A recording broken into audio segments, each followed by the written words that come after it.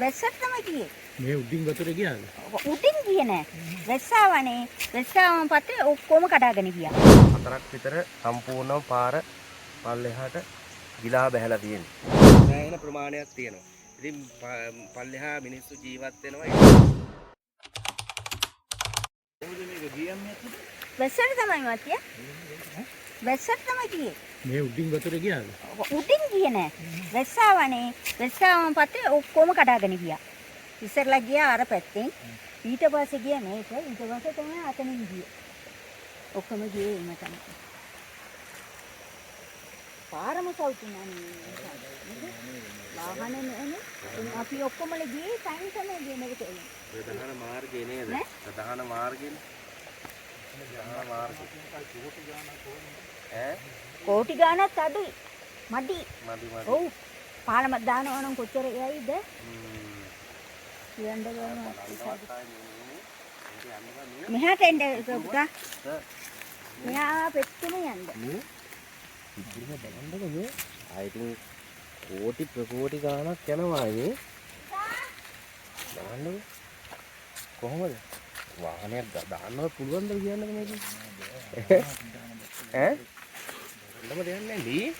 මේ මෙතන ඉඳන් හලන්න ඕනේ. නේ? මේ මුළු පාරම හදන්න වෙනවනේ. ඈ?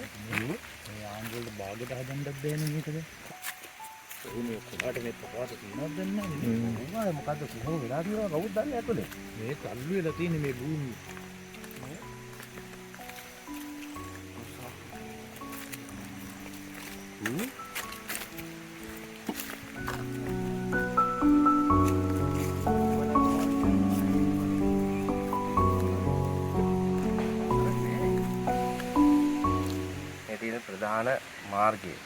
ප්‍රධාන මාර්ගය හාර්තලේ තේපැක්‍රියට එහා මෙතන කියන්නේ හරියටම කැවුම් බෝක්කුව කියලා. අර තියෙන බෝක්කුව. කැවුම් බෝක්කුව. කැවුම් බෝක්කුව තමයි මෙතන කියන්නේ. මේ ප්‍රධාන මාර්ගයේ අඩි 4ක් විතර සම්පූර්ණව පාර පල්ලෙහාට ගිලා බහැලා තියෙනවා. ඉතින් මේ අවස්ථාව තමයි මේ දකින්නේ. ඉතින් එතකොට මේ පාර සම්පූර්ණම අවහිර වෙලා මේ කන්ද සම්පූර්ණ වෙලා තියෙන පාරට. ඉතින් මේ කොච්චර කාණු පද්ධතියක් දාලා තියෙනවා. නමුත් කාණු පද්ධතිය දාලා තිබ්බට ක්‍රමවත් විදිහට වතුර යන්නේ නැති ගැටලුවකුත් තියෙනවා. ඉතින් මේත් එක්කලා මේ පස් සම්පූර්ණවම පල්ලෙහාට නාය ගිහිල්ලා තියෙනවා. ඔබට මේ දැක ගන්න පුළුවන් මේ අවස්ථාව තුලදී. ඕම් බලාගන්න. මේ වතුර පාරකට මෙහෙම මේ බලන්නකො මේ හිතා ගන්න බෑනේ ඈ මේ වතුර ලොකු කඳක් ගිහිල්ලා තියෙන වතුර සම්පූර්ණ මේ ලයිට් කණුව එහෙම අර ගහගෙන ගිහිල්ලා තියෙන්නේ වතුර වෙන්න තියෙන්නේ ඉතින් වතුර යටින් යන්නේ අර යන්නේ අර මේක යටින් යන්නේ වතුර ඔක්කොම අර වතුරේනේ අර යන්නේ. හොඳයි හැමදෙනාටම තෙරුවන් සරණයි සුබ උදෑසනක් වේවා. අපි මේ ඇවිල්ලා ඉන්නේ හාත්තලේ කුණු කෑල්ල කියන ස්ථානයට මේ ඇවිල්ලා තියෙන්නේ කුණු දාන ස්ථානයක් විදිහට. මේක මීට වර්ෂ ගණනාවකට ඉහතදී මෙතන කුණු කෑල්ලක් විදිහට ප්‍රතිචක්‍රීකරණය කරන්න මෙතෙන්ද කුණු එක්රැස් කරලා තිබෙනවා. නමුත් ඉතින් මේ ටික කාලයකට පස්සේ ඒ ප්‍රතිචක්‍රීකරණය කරන්න මෙතන කුණු දාලා තියෙනවා ප්‍රමාණවත් නැති නිසා ඒක ක්‍රමක්‍රමයෙන් අඩපණ වෙලා තියෙනවා. නමුත් මේ කීප දිනකට පස්සේ ලොකු වර්ෂාවක් ඇදහැළුණා. ඊට පස්සේ මෙතන තිබුණා සම්පූර්ණ ලයිට් කණු සෑහෙන ප්‍රමාණයක් තිබුණා. ඒ ලයිට් කණු සෑහෙන ප්‍රමාණයත් එක්කම ඔබට දැක ගන්න පුළුවන් වේවි.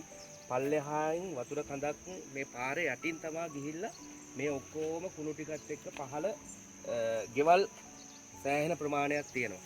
ඉතින් පල්ලෙහා මිනිස්සු ජීවත් වෙනවා. ඉතින් ඒ අයට අපේ මිනිස්සුම තමා මේක මෙතෙන්ද කුණු ගෙනල්ලා දාලා නොයෙකුත් අපද්‍රව්‍ය සියලුම දේවල් අර මිනිස්සු පල්ලෙහා ජීවත් වෙනවා.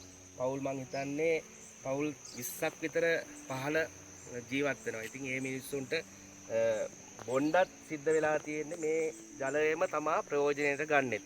ඉතින් ඒක නිසා ලොකු ව්‍යසනයක් විශේෂයෙන්ම දැනගත යුතු කාරණාවක් විදිහට අපි මේ සියලුම අපද්‍රව්‍ය සමග මේ බැහැර කරන දේවල් නිසාම තමා මේ ස්වභාව සෞන්දර්යය කියන ඇත්තටම ඔබට දැක ගන්න පුළුවන් අර ලස්සන කඳු වැටි තියෙනවා.